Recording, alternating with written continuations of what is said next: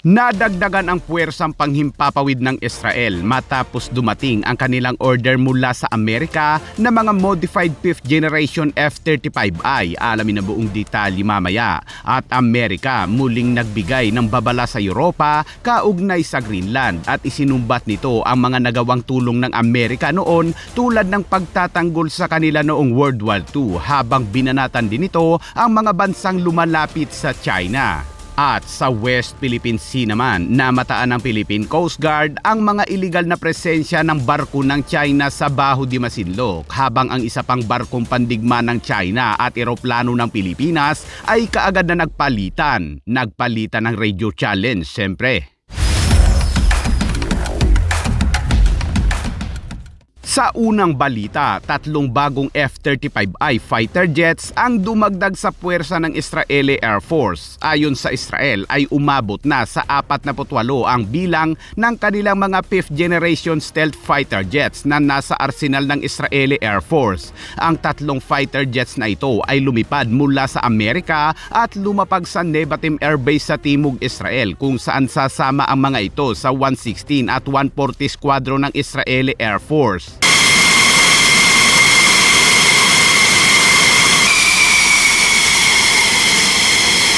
Ang 3 ay bahagi ng naunang order ng Israel na 50 F-35 fighter jets at ang hakbang na ito ay wala umanong kaugnayan sa patuloy na tensyon sa Iran. Bukod sa 50 ay 25 modified F-35I pa ang inorder ng Israel mula sa US defense contractor na Lockheed Martin at inaasahang mahihatid simula sa 2028. At sa ibang balita naman, sa patuloy na tensyon sa pagitan ng Amerika at ilang mga bansa sa Europa ay hati ang opinyon ng mga miyembro ng NATO. Ayon sa European Commission ay walang sino man ang bansang pwedeng kumuha sa Greenland. Nagpadala din umano sila ng mga militar dito, ngunit hindi upang pataasin ang tensyon kundi para panatilihing ligtas ang lugar. Makikipag-usap din umano ang European sa Amerika ng mahinahon upang maresolba ang isyu ng walang pagbabanta. Ayon naman sa Prime Minister ng Canada na tinatawag nilang backstabber ay napag-usapan na anya nila ni Xi Jinping ang tungkol sa Greenland sa kanyang pagbisita sa China noong nakaraang linggo. Habang ayon naman kay Russian President Vladimir Putin, ang Amerika anya ay mayroon ng plano simula pa noong dekada 70 ngunit isinaalang-alang nila ang pagkuha sa Greenland at Iceland. Sa makatuwid ay wala anyang nakakagulat sa nangyayari ngayon. На самом деле, такие планы у Соединенных Штатов Америки проявились еще в 60-е годы XIX века. Уже тогда американская администрация рассматривала возможность аннексии Гренландии и Исландии. I had discussions with President Xi about the situation in Greenland. Pero ayon naman sa NATO chief ay tama umano ang desisyon ni Trump na protektahan ng Arctic laban sa mga banta ng Russia at China, habang sinabi naman ng iba na advance lamang ang utak ni Trump dahil naniniwala si Trump na banta ang Russia at China. Here. And when it comes to the Arctic, I think President Trump is right. Other leaders in NATO are right. We need to defend the Arctic. We know that the sea lanes are opening up. We know that China and Russia are increasingly active in the Arctic. There are 8 countries bordering on the Arctic. 7 are a member of NATO. That's Finland and Sweden and Norway and Denmark, Iceland, Canada and the US. And there's only 1 country bordering on the Arctic outside NATO, and that's Russia. And I would argue there is a 9th country, which is China, which is increasingly active in the Arctic region. So President Trump and other leaders are right. We have to do more there. We have to protect the Arctic against Russian and Chinese influence. And that's exactly what NATO ambassadors decided to do in September. We are working on that, making sure that collectively will we defend the Arctic region. Sinabi ni Trump na ang lokasyon ng Greenland ay napakahalaga para sa pambansang seguridad pati na rin sa pandaigdigang seguridad ng mundo dahil sa kanilang ginagawang Golden Dome Air Defense System, at kung ito ay gagana na at kung may magpapaputok ng mga missiles ay patatalsikin ito ang mga ito sa ere na para baan niyang mga palito ng posporo. It's located in such a place that is literally so important for national security. When you come to Russia, when you come to China, a lot of Chinese boats, a lot of Russian, ships, military ships. It's in a location that is very important for our national security and also for the international security of the world, literally the Golden Dome, which we're going to have a dome over the country. If somebody wants to shoot missiles, it'll knock them out of the air like matchsticks. It'll go very nicely. It's amazing. Sa pagdalo ni Trump sa World Economic Forum sa Switzerland, sinabi ni Trump na noong World War II ay matagumpay na ipinaglaban ng Amerika ang Greenland at European laban sa mga German at na naigumano ang puwersa ng Amerika. Kung walaan niya ang Amerika, ay malamang ngayon ay German o Japanese na ang kanilang lingwahe. Dati ng base militar ng Amerika ang Greenland at kalaunan ay ibinalik nila ito sa Denmark. Mulaan niya noon ay hindi humingi ng kapalit ang Amerika, ngunit ngayon ay kailangan na anya nila ng kapirasong yelo para sa proteksyon ng mundo. Babala ni Trump ay mayroon na niyang pagpipilian ng Europa. Kung papayag sila na ipagamit ang Greenland ay lubos na magpapasalamat ang Amerika at kung hindi ay tatandaan umano ito ng Amerika. So we want a piece of ice for world protection, and they won't give it. We've never asked for anything else, and we could have kept that piece of land, and we didn't. So they have a choice. You can say yes, and we will be very appreciative, or you can say no, and we will remember.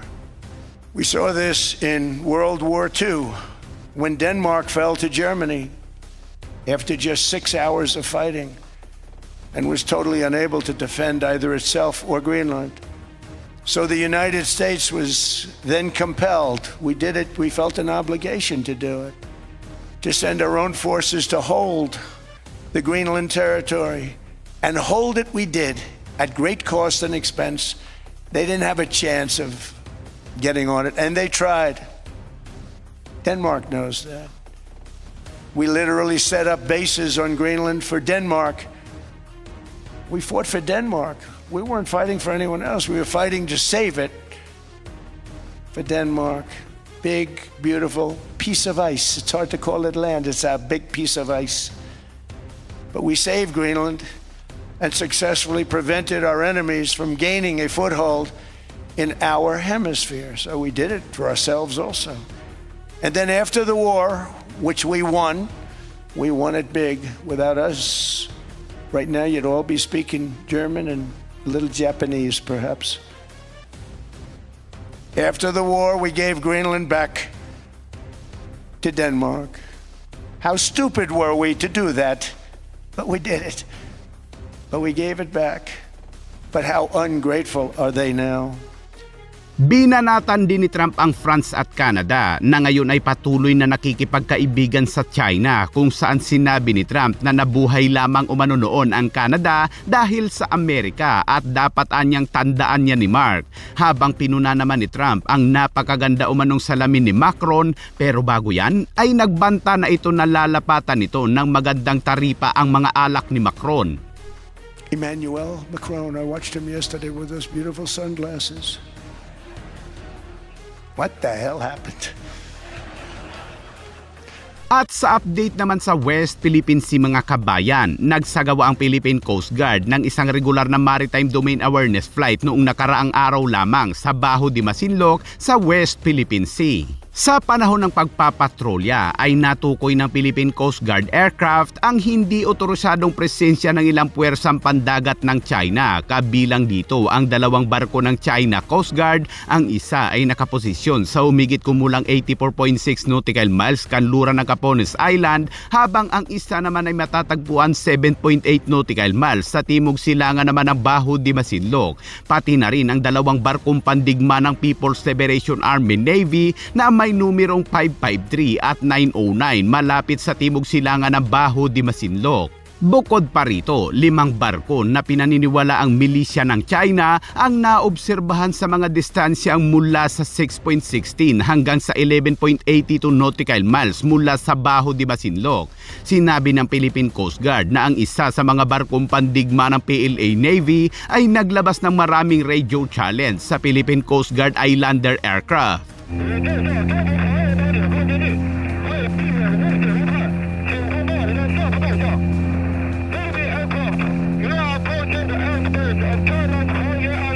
Hindi naman nagpatinag ang mga aircrew ng Philippine Coast Guard at tumugon naman ng profesional na iginigiit na ang paglipad ng MDA ay ganap na sumusunod sa UNCLOS 2016 Arbitral Award at sa Philippine Maritime Zone Act.